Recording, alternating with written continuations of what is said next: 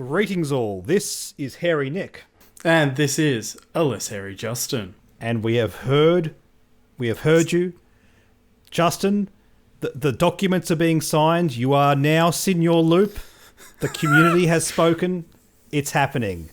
That is a glorious mustache. But in the meantime, while we wait for that, we're going to talk about the Droid Trifighter because new article. It happened. Oh. They didn't break the streak, and I'm so happy. And that means that the next one is going to be the one that you really wanted to be the last one to begin. They saved the best for last. I figured it was going to happen. Man, I hope they announce a new wave soon. That'd be absolutely awesome. We're actually up to a stage now where the prequel factions have overtaken the sequel faction. I believe the Republic has more ships than the First Order or something like that. But we're at a point where the prequel factions, at least in my mind, are very much filled out as a small faction, but they're not really lacking anything at this point once all of this comes out. So hopefully that means Scum, Rebellion, get a bit more love. I know Scum is massive. I know they have more ships than any other faction, but man, we haven't had a release in ages. It sucks. Anyway, you got something in Wave 1. I know it was great, wasn't it? Yeah. Actually, 2, we had the Untitled Chapter. Justin, you have been waiting for this ship for a very, very, very, very long time. Oh, so long, and I'm so happy. They have done this ship justice. I reckon so. The Droid Trifighter is essentially a separatist version of the TIE Interceptor. That's my take on it anyway. But in terms of meta play, I don't think it's going to quite sit in the same spot. The TIE Interceptor has prevailed with one particular very high initiative, very high power pilot in Suntafel. Despite the fact there are a lot of similarities with the Trifighter, it just doesn't have something that's equivalent, at least not yet. They might add one in later on. But as it stands, if we take a look at a generic pilot here, it's got the same stat line as TIE Interceptor, 3 red dice, 3 agility, and 3 hull. The action bar is calculate, evade, target lock, barrel roll to red evade or boost to red calculate. So similar, it's very versatile. The big difference though is it doesn't have the same baked in ability. Instead of being able to boost a barrel roll off the back of any action like an Interceptor, it has network calculations, which it's separatist. It's going to have network calculations. That's how it goes. Yeah. Well, I mean, maybe not so much anymore. But also, I quite like this insofar as you've got the barrel roll into an evade, which feels very defensive, and then you've got the boost into calculate, which feels very attacking. It's quite nice. I agree. A nice action bar for sure.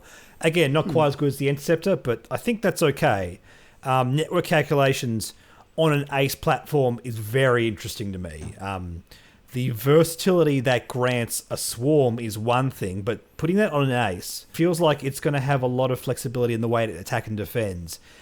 It's not going to get punished too hard if it gets blocked. It's going to have more resources outside of its own actions, which is really great. Really great to put that kind of thing on an ace.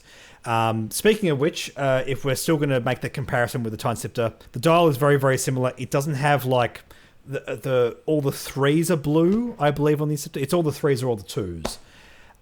It has blues all over the shop. It's got the blue 2 hard and the blue 3 hard.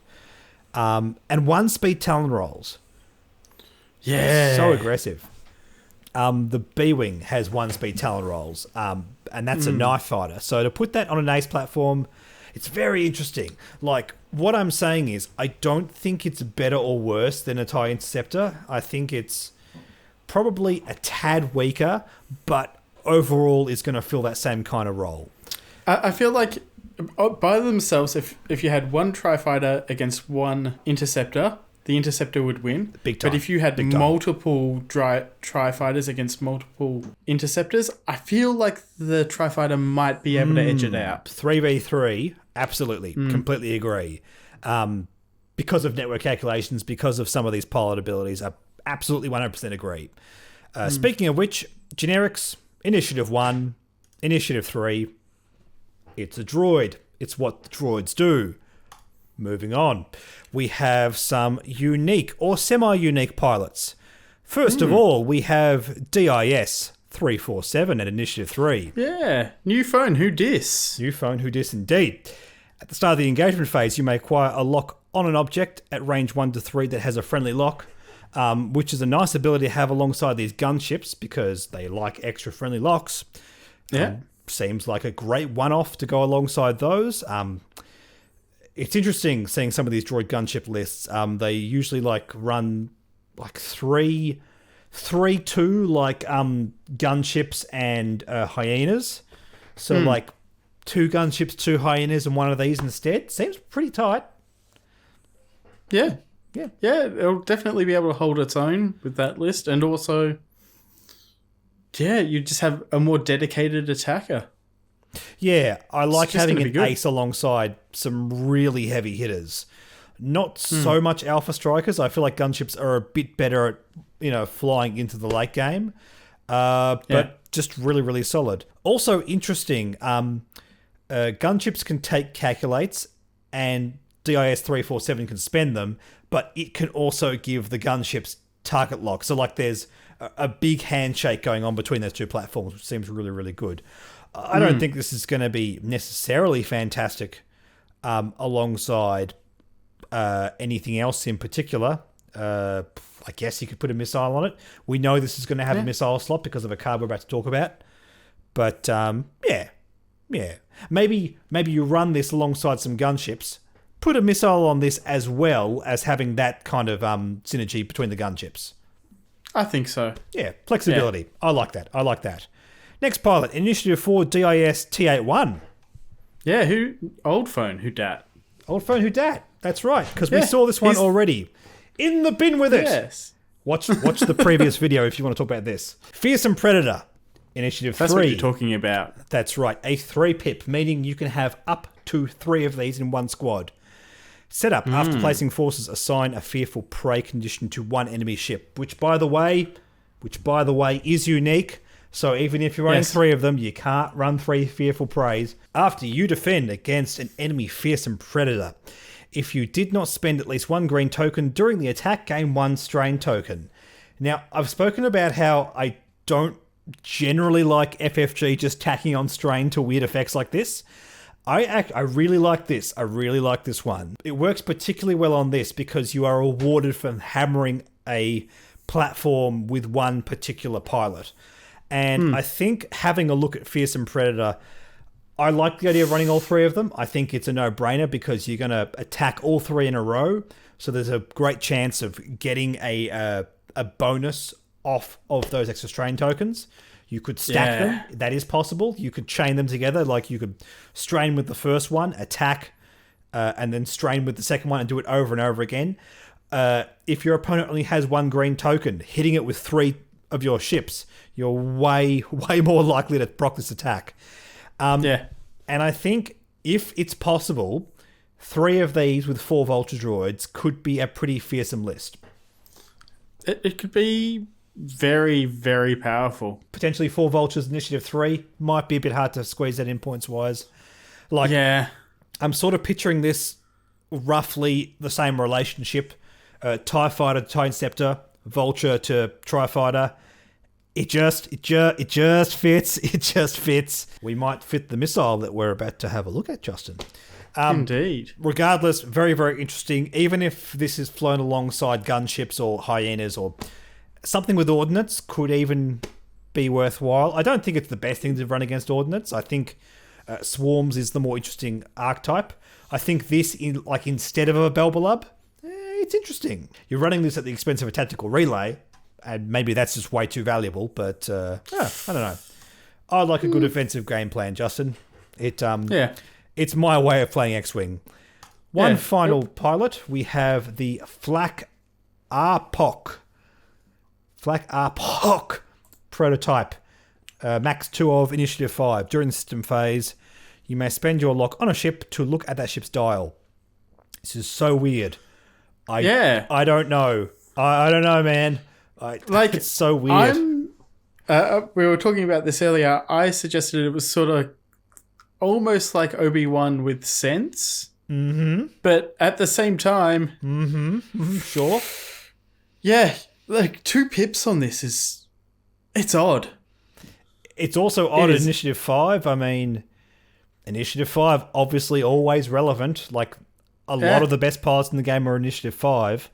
This is like a utility sort of pilot ability. It's really good. Like, here's the thing. The ceiling on this is ridiculous. The ceiling on this is you look at Vader's dial and you block him with a vulture, which is amazing. It's like the best thing you can do in X-Wing. If I did that in X-Wing, I wouldn't care what happened the rest of that tournament. I would be so happy. But the other problem is we're getting the Eta 2, and that has it can boost a barrel out the wazoo. It boosts a barrel before it moves. That's the problem with the Eta 2. It's weird. I don't know. Typically, these kind of effects don't do that well. Like we have Cassian and the Saboteur. I don't know if all of that made into the 2nd edition. I know it's not meta relevant regardless, but bear in mind you have to lock a ship and then you can look at its dial the next turn. You can't do it all in one turn. And you have to spend the lock as well, which... but you get to look at a ship's dial. Yeah. You can wreck someone by looking at their dial, man. But you've got to be in a position to do it. Like, it's so hard to judge this one. Like, the other ones I get, I'm like, oh, yeah, you can do this, this, and this. Like, this is just like, I don't know, just fly it with some vultures and see if it's good. I don't know, man. I'm just a YouTuber. Just like and subscribe. If you, could fly maybe 2 of these and, 4 or 5 vultures, how amazing would that feel when you get the blocks in and everything like that? I know. Yeah. Maybe it's just kitchen table jank. Maybe it's going to be the next meta list. I don't know, but I'm excited to find out.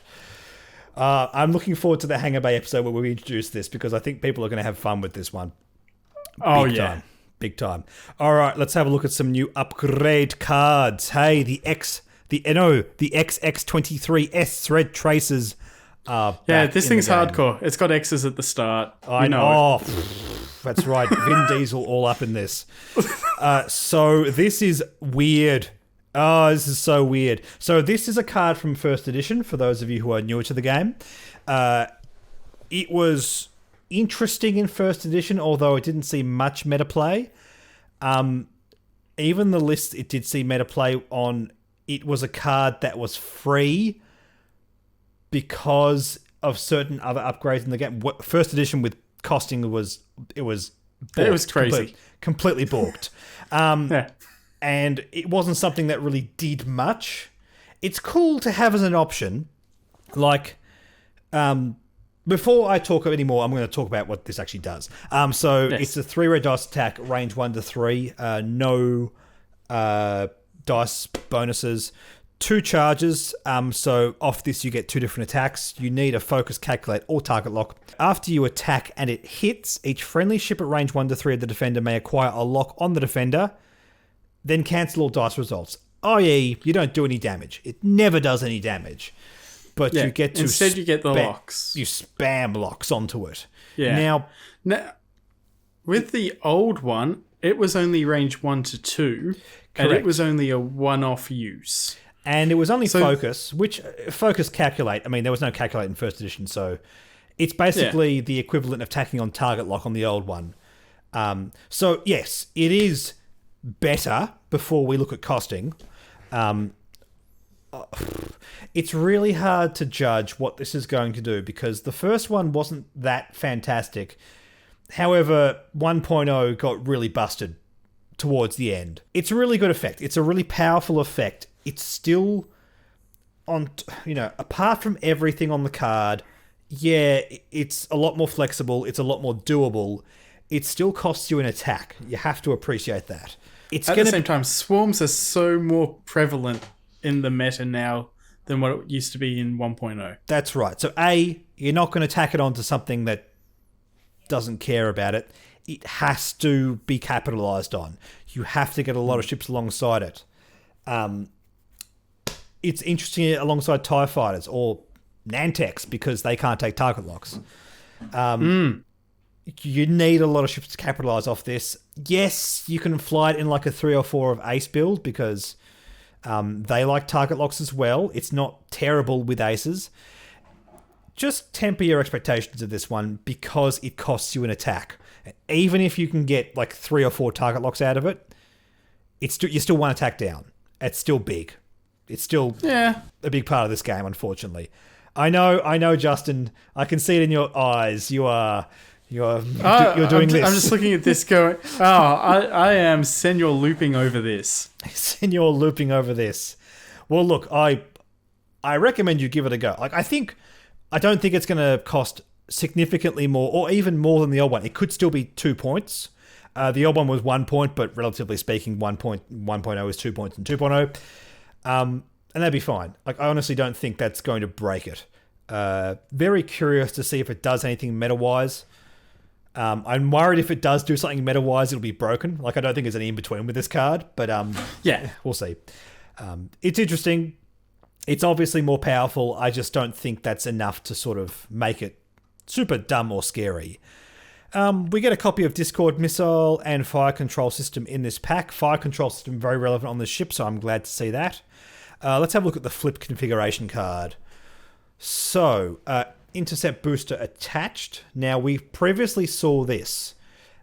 This is a card that allows you to go friggin' ham at the start of a game, which is cool. Gotta go fast. I like it. But the backside is nothing. It's flavor text. It's some very fancy flavor text. So I think that's what we suspected originally, but if you want to hear some more thoughts on that, watch our previous video on this. But in this video, we do have a couple of new cards. We have a standardized card. So it's a thing. First of all, we were wrong in our last video talking about standardization. My understanding of it, based on what was written in the rules, was it was something that was always equipped to every ship that could take it, like the S-foils. Not the case. It's something that if you take it to one ship on your squad, every other ship of the same kind must take it as well. So theoretically, the S-foils could be standardized, but this makes way more sense. I like this for a couple of reasons. First of all, you can make cards like this and they're not going to be too busted because you can't have a mix and match. Second of all, it simplifies things. It simplifies things for your opponent. If you have a mismatch of ships with independent calculations and network calculations, oh boy, no thanks. Yeah. No thanks. I'm also curious about one other thing because we're probably going to need lots of copies of this. However, FFG going to make the ruling because it is standardized. Can you just use one copy of the card for a whole heap of ships?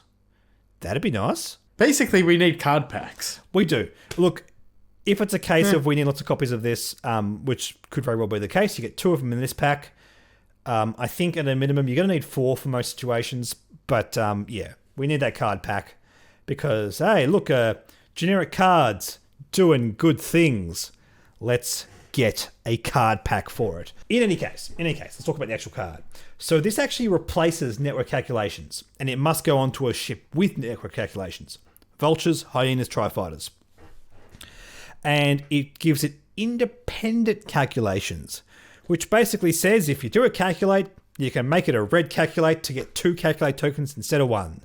And you can't take tokens off other ships with network calculations. Or rather, sorry, you can't share them to ships with network calculations, which is an internal way of balancing it, which I quite like. That seems quite clever. I like this a lot. I think this is really, really cool design. I don't know if it's necessarily good or meta viable, but I like the design of it a lot. I don't know. I think this could see a fair amount of play. Especially on when you start doing ships, like you only have like one. You fly DBS 404, you're putting this on it. Yeah. Sort of thing. Totally agree. You pointed out something interesting before the video as well. DBS 311, the Vulture Droid. I hope that's the right number. Yes. The one that allows you to share off calculate tokens. Very interesting. Now, what I think is interesting about that is I don't think this is a particularly good card on Vulture Droids in general. I just think network calculations is way too powerful. But if you fly DBS 311 as a one-of alongside other ships, that's really cool. You don't have to put this on your other ships if you only got one Vulture. Big brain time, for sure. yeah, like the higher the value of the individual ship, the more interesting this is going to be. So as you said, DBS 404, 311, if there's like a ace-ish platform, could be interesting as a one-of on each of the Predators. And one final thing, Marge Simpson, Sable, Closure. This is a card that we sort of had spoiled in the rules document recently. I get the impression this is going to be more relevant in Epic.